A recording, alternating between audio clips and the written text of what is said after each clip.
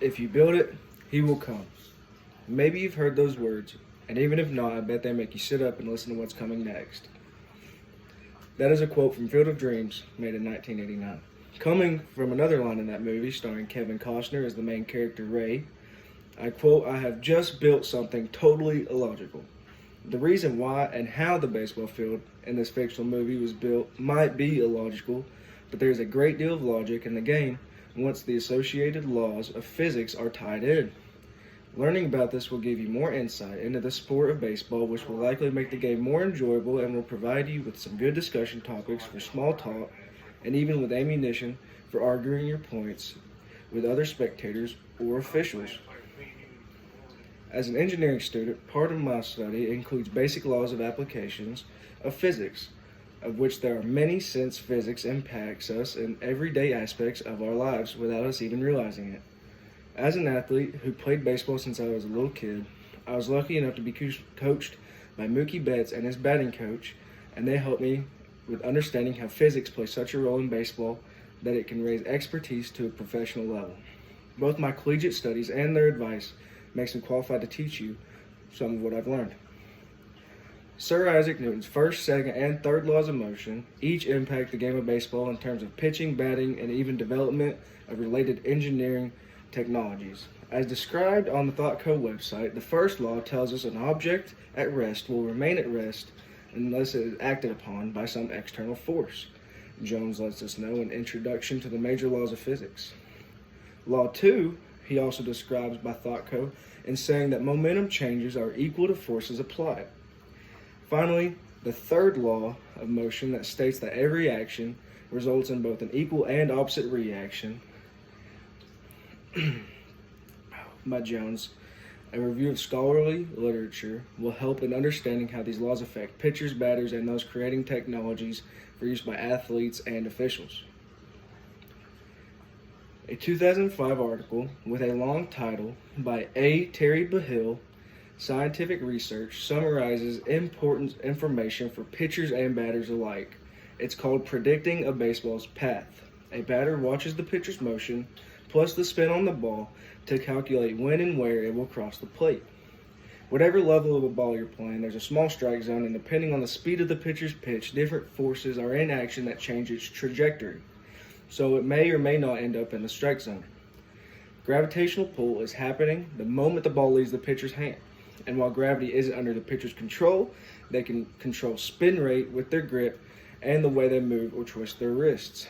For example, Magnus force, the name given to the effect that spinning the ball causes while en route to the strike zone, is due to separation points and airflow above and below the ball, which results in the ball being pushed down or lifted.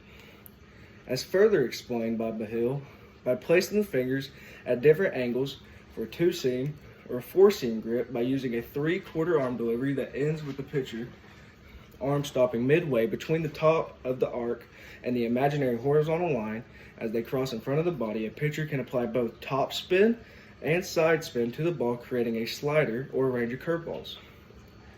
Even before Bahill's article, Peter Wise in 2001 reported called Pitching Science was printed in Science News by the Society for Science and the Public, stated that an aeronautical engineer named Ralph Lightfoot had collected wind tunnel data that supported how grasping the ball differently on the seams results in differing perpendicular spins. Every player wants to hit a home run, right? Well, an article titled just that in the Science Teacher in January 2004 said researchers from the University of California, Davis, jointly with the other researchers from the University of Cambridge in England, proved that, contrary to belief, curveballs can actually be hit further because of the backspin from the batter's perspective. As the curveball's coming towards you, the batter hits it with backspin and causes it to be able to travel farther than if you throw a fastball, which has natural sink.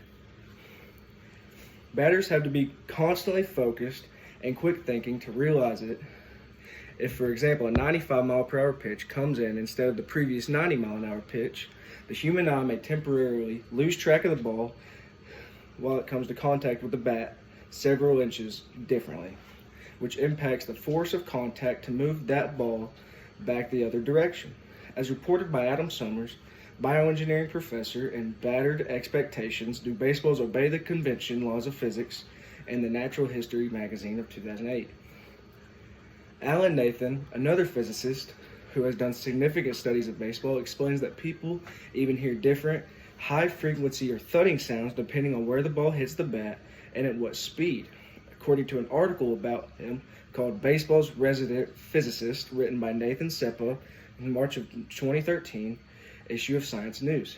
Seppa describes other physics observations too. He reports that for every mile per hour faster that a pitch comes into contact with the bat, it travels about 6 additional feet on the average.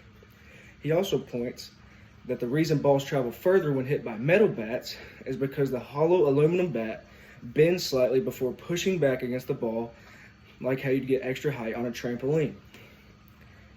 Since the connection of physics and baseball does not take place solely on the field, let's take a look at the technology side that develops behind the scenes. Engineering technologies taking advantage of the wealth of research being collected by wind tunnel observations, camera and video images, mathematical graphing, and photogrammetry to create devices useful for players, coaches, and umpires, as reported by Ray Burt in the American Society of Engineering Education, PRISM, by Technology Strikes Back 2001.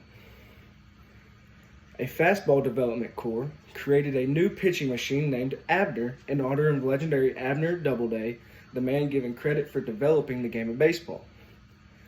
The new Abner simulator was programmed with equations to throw different pitches at differing speeds. Abner additionally shows an animated picture with the pitchers to aid batters in learning what balls to expect based off physical movements of the body and methods of pitching. QuesTech Inc. developed another unique system called the Umpire Information System, as reported in Technology Strikes Back. This virtual umpire information system allows for play reviews so umpires can see if they have made any errors and to use for additional training. Pitch Tracks, another technology advancement reported on by Burt, helps sport broadcasters and analysts in viewing speeds and trajectories to add more credibility to their reportings. As you can see from this information, science and sport are intertwined. This concludes our brief introduction to the combined dynamics of physics and baseball.